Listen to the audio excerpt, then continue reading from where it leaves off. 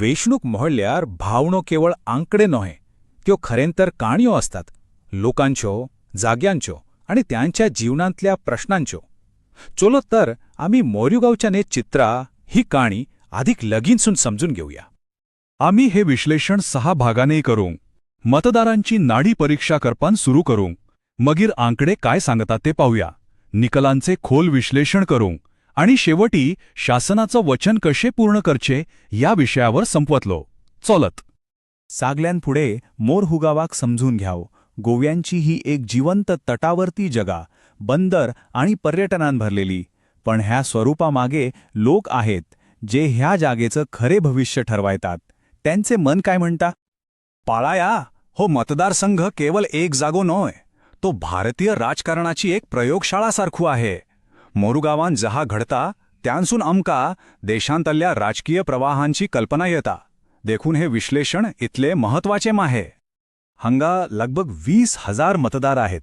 हो, केवळ एक आंकडो न्हय, हो एक समुदाय आहे ज्यांचो सामूहिक आवाज त्यांचो भविष्य निर्माण करता.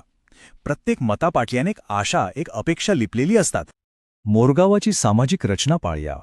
सुमारे 65% हिंदू, 22% ख्रिस्तान, 13% मुसलमान आणि बाकीचे समुदाय. ही विविधता वेचणुकीच्या निकालावर स्पष्ट प्रभाव टाकता, कारण प्रत्येक समुदायाचे प्रश्न वेगळे असतात. चलो तर आता आम्ही गेल्या वेचणुकीच्या स्पष्ट आकडेवारीकडे पाहूयात. हे आकडे मतदारसंघाची नाडी परीक्षासारखे आहेत. ते स्पष्ट सांगतात की लोकांच्या मनात काय आहे. 2022 निकाल.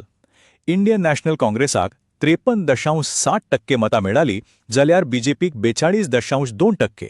पण सर्वात महत्वाचे म्हणल्यार 11.5% फरक. हो केवळ एक विजय न्हय, हो मतदारांनी दिलेलो एक स्पष्ट आणि निर्णायक संदेश आहे. आणि हे पळया, मतदानाचो दर 82% परत चढ. इतलो चढ सहभाग काय दाखवता? तो दाखवता की मतदार कितले जागृत आणि सक्रिय आहेत. इतलो चढ सहभाग खेपेक बदलाची स्पष्ट मागणी दर्शवता. लोक शांत नावता. ठीक आहे, आता आम्ही निकलांच्या काय पट्टींसून कित्याक ह्या प्रश्नाकडे वळूया. हो, परिणाम कित्याक घडलो हे समजून घेवपाचो प्रयत्न करूया. भारतीय संविधानान आमकां माहितीपूर्ण आणि जबाबदार वाणीचो अधिकार दिला आहे. हे विश्लेषण त्याच जबाबदारीचो एक भाग आहे, सत्याक समजून घेवपाचो. मोरगांवांचे राजकारण कसे बदलले हे पाळया. 1994 सालांत स्पर्धा बहुकोणीय आशिल्ली. अनेक पक्ष लढताले. 2002 सालापासून ही लढाई मुख्यत्वे INC आणि बीजेपीमध्ये झाली. आणि 2017 सालांत पाळ्या फरक केवळ 0.8%. स्पर्धा कितली कठीण झाली हे दिष्टी पडता. 2022 परत ही स्पर्धा आणखी स्पष्ट झाली. तर ह्या निकालामागे 4 मुख्य कारणं आहेत. पहिलेम, स्पर्धा 2 मोठ्या पक्षांमध्ये झाली. दुसरेम, ख्रिस्तान आणि स्थलांतरित मतदारांच्या मतांनी निर्णायक भूमिका घेतली. तिसरेम, सत्ताविरोधी लहर प्रबळ आशिली. आणि चौथेम, वाढथलो मतदानाचो टक्को. ही 4 कारणां मिळून हो निकाल घाडून हाडलो. पण आकड्यावाऱ्या पाटल्या लोकांच्या खऱ्या समस्या आहेत. आणि सर्वात मोठी समस्या नोकऱ्यो. गोयान बेरोजगारी वाढली आहे. बंदरांत कर्मचारीकडून काढप हे स्थानिक कुटुंबांच्या मनात भीती निर्माण करता. पोटा पाण्याचो प्रश्न गंभीर आहे. तो सर्वात मुख्य प्रश्न आहे. मागीर येता दैनंदिन जीवन. उदकाची कमतरता, खराब गोटर व्यवस्था हे रोजचे प्रश्न झाले आहेत. जेव्हा मूलभूत सुविधा मिळानात तेव्हा लोकांच्या मनात असंतोष वाढता आणि ते बदल मागतात. सोपी गोष्ट आहे. आणि तिसरी मोठी चिंता पर्यावरण. कोळशाचे प्रदूषण, बंदरांच्या खाजगीकरणाची भीती. जे बंदर त्यांचे पोट भरता त्याच बंदराविषयी आता भीती वाटता. पाळ्या हो कितलो मोठो विरोधाभास. ही भीती मतदानात दिसून आयली. हे प्रश्न केवळ तक्रारी नव्हे, हे लोकांनी दिलेले स्पष्ट निर्देश आहेत. ते सांगतात की त्यांका काय बदलायचे आहे.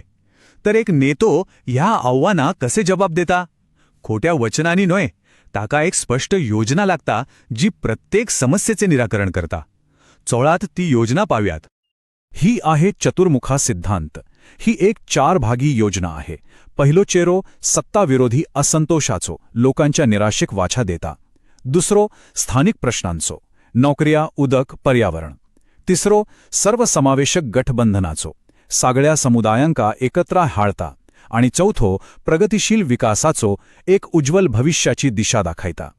पण पाळया योजना कागदावर असून उपयोग ना, ती जमिनीवर कशी कार्यान्वित करची हे सर्वात महत्वाचे.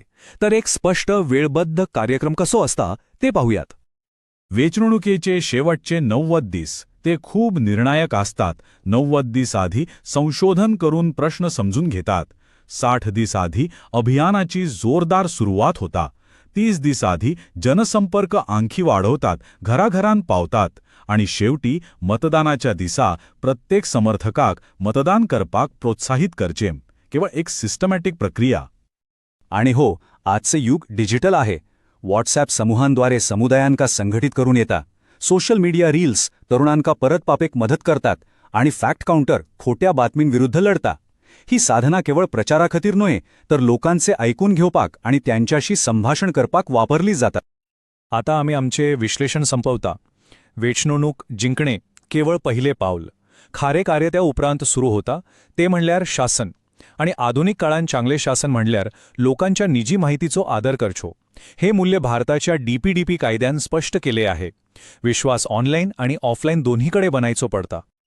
हे वाक्य सदान लक्षात धरा. लक्ष आहे विश्लेषणाक जनादेशात बदलचे आणि जनादेशाक मोजपासारख्या शासनात. वेचणूक केवळ सुरुवात आहे. हो विजय शेवट नोहे, ती एक जबाबदारीची सुरुवात आहे. तर माझो नेरी शेवटचो प्रश्न, जर आकडेवारी एका मतदारसंघाच्या गरजेंचो नक्षो दाखवू शकता, तर नेते त्याचो वापर केवळ जिंकपाकच नव्हे, तर अधिक चांगले शासन करपाक कसे करू शकतात? हो प्रश्न आपल्या लोकशाहीच्या भविष्याखातीर खूप महत्वाचो आहे. जर तुम्ही लोककेंद्रित नेतो बनून आयण आणि आपल्या मतदारसंघाची उन्नती करून इच्छिता, तर blueprintstrategies.ai शी mg@blueprintstrategies.ai शी संपर्क करा वा 08040201602 वर फोन करा. राजकारणापलीकडचा उद्देश